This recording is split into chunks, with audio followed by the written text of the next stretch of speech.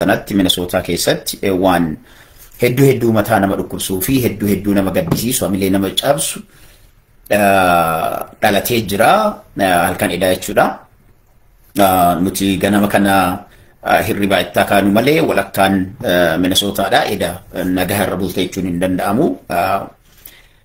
Oromoon biyya Minnesota yookiin Oromiyaa xiqqoo keessa jiru aangawoota biyya kanaa keessaa namoota akka Oromootti uf lakkaa'anii fi yeroo kamiyyuu lafa Oromoon dhaabbatetti Oromoo wajjin dhaabbatan nama tokko maatii isaa wajjin dhabnee jirra. Ada lammaffaa ammootu miidhama hamaa keessa akan jiruu fi yookiin ammootu haala hamaa critical condition keessa jira. Kanaaf ilmaan Oromoo hundumti keessanuu mee waan kana share godhaa barumsa tokko wantoonni tokko keessumattuu hawaasni Oromoodha hojiilee garaagaraa irratti bobba'an yeroo asii achi sochoon of eeggannoo nuti godhuu qabnu maali kan jedhu mari'achuun barbaachisaadha. Guyyichi ammoo guyyaa gaddaa ta'e oolaara. Haa ta'uti wanti kuni you know it's so sad, it's unexpected. Waan mataa nama dhukkubsaati waan hedduu namatti dhagahamu. Wallahi dhugumatti waan akkanaa kana gurraacha irratti yookiin ammootu nama keenya irratti hin ta'a jedheetiin nama deeggara yookiin ammootu nama deeggaru tokko yookiin nama Oromoo wajjin yeroo rakkoo dhaabbatu irratti wanta akkanaa kun ni gala jedheetiin yaadee hin beeku. Kanaaf galteen kun ammootu baay'ee ulfaataadhaa fi warra Minnesota jirtanii familii kan nama cabsuudha. Akkuma dhageettan kaa nama lama kan galgala yookiin ammootu kan dhahame namoonni lama Minnesota keessa jiraatan namoonni warri seera tuman jechuudha. Senator John Hoffman fi Malisaan kaleessa galgala halkan keessa jechuudha. Rasaasaan dhahamanidha. Kan rasaasa kanaan dhahammootu yookiin duruyyee yookiin ammootu nama siviilii fakkaatu osoo hin taane konkolaataa poolisaa oofee dhaqee namni kun poolisadha jedhanii fakkaata waan jedhuun haasawamaatiin jira. Garuu dubbiin deemtee poolisoota irraa fagoo hin deemtu jechuudha. Kun kan nama agarsiisu maalidha? Jibbaan hamaan gaggeeffamaa jiraachuu isaati. Haa ta'uti garuu har'a isii fi Senator John Hoffman jechuun nama yeroo hundaa bakka Oromoon argamtu kamittuuyyuu alaabaa Oromoo qabachuudhaan gadda Oromoo fi gammachuu Oromoos rakkina Oromoo kamuu nama biraa duubatti hafee hin beekne isinillee akkasuma jechuudha. Hedduu kan nama dhukkubsu jaalallee akkanaa kana akka salphaatti hin argamu. Firri akkanaa kun akka salphaatti hin argamu. Fira akkanaa kan ammoo yeroo baay'ee nama akka salphaatti dhabda akka salphaatti hin argattu. Fira akka salphaatti dhabda malee akka salphaatti uummachuun hin danda'amu. Hedduu nama gaddisiisa. Hedduu nama dhukkubsa. Namoonni kunniin lamaan namoota Oromoo daran Oromoo bakka bu'anii Oromoo daran hedduu Oromoo kashalabboota daran kanneen garaa isaaniitiif bulan daran dhimmi Oromoo isaan dhukkubsuu fi hawaasni keenya kun kabajaa isaan argachuu malu akka argannu nu wajjin yeroo baay'ee fi falmaa turanii. Hedduu nama dhukkubsa jara keenya hedduu nama dhukkubsa. Akkam akka jennuun beekan akkamitti akka ibsuu danda'amu nama ulfaataa. Garuu yeroo ammaan tanaa wanti isin beekuu qabdan magaalaaleen ajjechaan kun keessatti raawwatame tokkoffaa Senator Malisaanii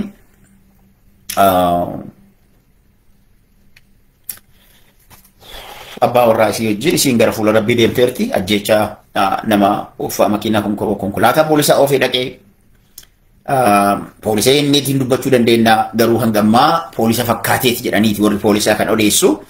I don't think isaan irraa yakki kun fagoo jiranatti hin fakkaatu. Bakkuma sanitti bakkuma mana mallasaa san biratti dhaabbattee hafte. Inni lammaffaa ammoo Senator Hoffman ka iddoo Oromoon argamtutti yeroo hundaa alaabaa Oromoo qabateetiin nama socho'u.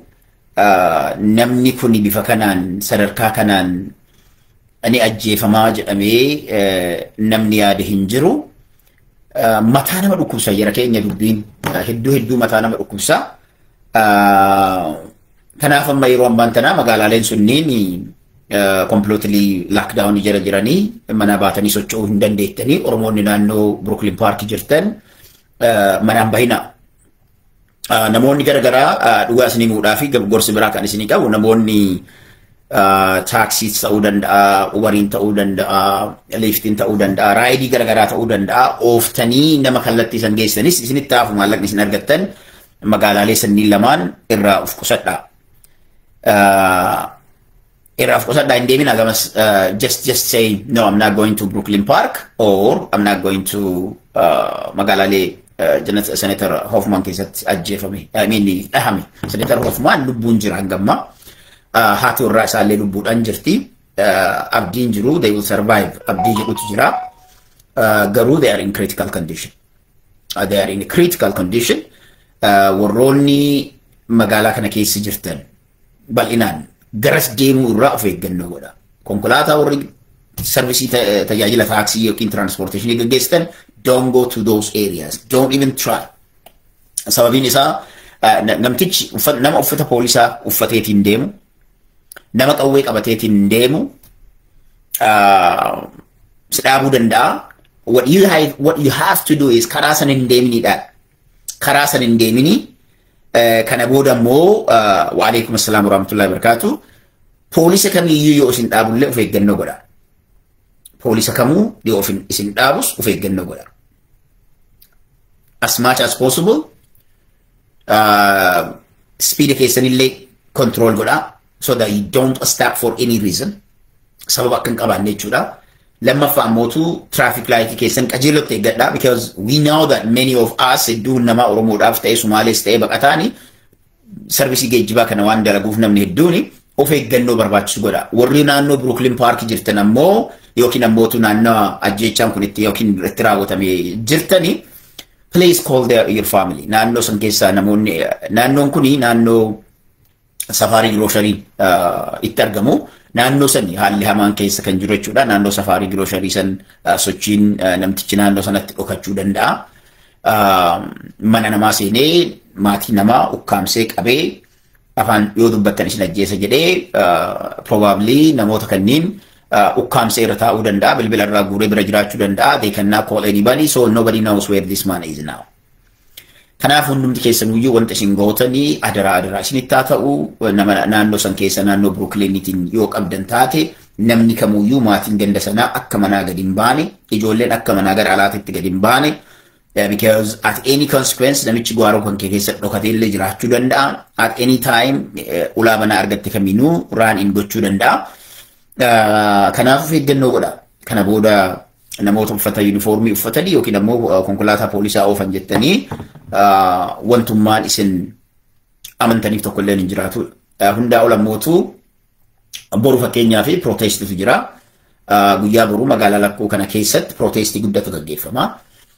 Protestiin gaggeeffamu kuni military parade yookiin ammootu hiriira waraanaan amma Trump gaggeessuudhaaf deemu 9 billion or 9 million. Maallaqni irratti 9 million I believe maallaqa turre baha jedhameetiin kan yaadamu parade sana agarsiisuudhaaf guyyaa dhaloota Trumpiitiin wal qabsiisa jechuudha. Isa kana mormuudhaaf boru hiriira guddatu magaalaa lakkuu keessatti qabamee jira. Ameerikaanonni yookiin ammootu dimokiraatonni fi warroonni waan Trump gaggeessaa jiru kana warri afoo dhaabbatan jechuudha. Kanarraa kan ka'e gorsi an isiniif dhaamu yeroolee akkanaa kanniin yoo akka tasaa ta'ee iddoo kana yookiin ammoo waan kana irra bu'uus dandeettanii mormii gaggeeffamu kana irra illee bu'uu dandeettanii boru keessumattuu St. Paul College irraa ka'eeti gara State Capitoliiti. Mormiin qophaa'ee jiru wanti fakkaatu maalidha? Namoota kana ajjeesuudhaani mormii sana gara gaddaatti jijjiiranii guyyaa sana bira darbuu fakkaata. Jibbaan eegaltee jirti jedha keenya. Jibbaan eegaltee jirti. Jibbaan hamtuun eegaltee jirti. Of eeggannoo godha.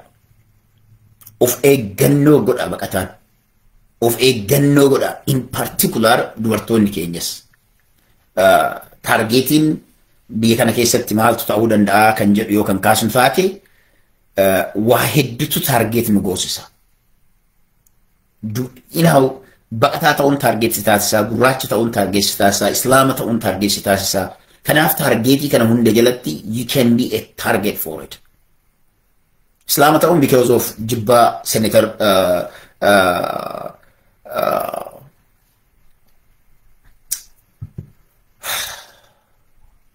mucayyoo Somaalee tanarraa jibbaa isaa waan qabaniif deeggartoonni Tiraampii wanti isaan gochuu hin dandeenye hin jiru. Kanaaf warroonni nama kanaaf voot gootani baga gammaddan. Wanti isin jechuu dandeenyu kanuma. Namni silaa gadda namaatti kaleessa hin filinaa nama kanaa. Wanti godhaatiin jiru kun sirrii miti. Yaadatta yoo ta'e guyyaa boruu filannoon gaggeeffamaa laayivii dhufee ture. Jara keenya manneen barnootaa keessatti akkamitti akka dabarsine nutu beekaa waggoota arfani. Filannoo keessan quba keessaniin irraa of qabaa jennaan maal jedhaa turte gurroonni galgala san. I remember especially kan yaadanne namni tokko nama isteeta biraarraa asitti muuf godhe Minisootatti namichi gale suni. So Oromoon jaalallee magaalaa kana keessatti qaamnu lameen dhabuu kenna. Ifattee jechuudha. Nama gaddisiisa. Homaa gochuun hin danda'amu. Waan kana godhee yookiin immoo jaalallee saba kanaa sabni kun nama saba kana keessa saba kanaa beeku sadarkaa kanatti hammeenyi hangana gahe maaliif akka irra gahu hin beekamu. Probably biyyi tun badaa jirti. Dhugaa isinitti hima. Biyyi tun badaa jirti. Waan kayrii argaa hin jirru. Namtichi kun aangootti deebi'uun isaa waan waggoota arfan duraa hojjechuu dadhabee hojjechuudha. Waan eegalee fixuu dadhabee fixuudha. Probably ammaaf homaa nutti hin dhagahamu taati. Sodaan ani qabu yeroo manni barumsaa banamutti har'a manneen barumsaa hedduun isaanii cufamanii jiru. Manneen barumsaa targeetii namoota jibbaadhaan guutamanii kana hin ta'anii. Garuu ammoo uf duraafis of eeggannoon cimaan